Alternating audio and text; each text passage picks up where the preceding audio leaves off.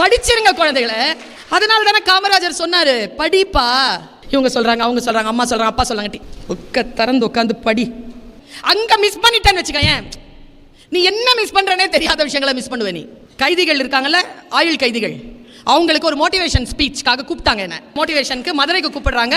டிஜிபியா, அப்போ அந்த சிறைக்கான டிஜிபியா இருந்தவர் மிஸ்டர் அம்ரீஷ் கெஜ்ரிவால் அப்படிங்கிற ஒருத்தர். அவர் பேசி முடிய நான் பேசுறேன். ஏன்னா 8:30 மணிக்கு எனக்கு ஃப்ளைட், ஏர்போர்ட்டுக்கு போறதுக்கு 40 மினிட்ஸ் ஆகும். நான் 20 மினிட்ஸ்ல போனாதான் 20 நிமிஷத்துல இது கதை மூடிடும். உடனே என்ன தெரியும் பண்ணாரு, அங்க இருந்த எஸ்பி, ஜீப் எடுப்பா அப்படின்னாரு. மேக்ஸிமம் 25 மினிட்ஸ் இருக்கு. முன்னால் உட்காராரு எஸ்பி, உட்காருங்க மேடம் அப்படின்னாரு. நான் பின்னால் உட்காரேன் சார்.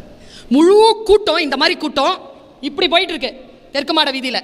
பக்கத்துல 2 பேர் வந்து புல்லட்ல, டிஎஸ்பி புல்லட்ல எஸ்கார்ட்ஸ் வராங்க. 8:05 உள்ள போயாச்சு. கெஜ்ரிவால் சார் முன்னால் நிற்கிறார், Amrish Kejriwal. Madam, thank you so much for your participation, please come madam, have a nice trip madam அப்படின்ட்டு சொல்லி போனார்.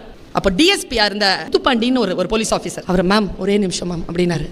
சார், இந்த காட்சி இல்லை மேடம், இதை நான் என் மகளுக்கு சொல்ல போகிறேன் மேடம்.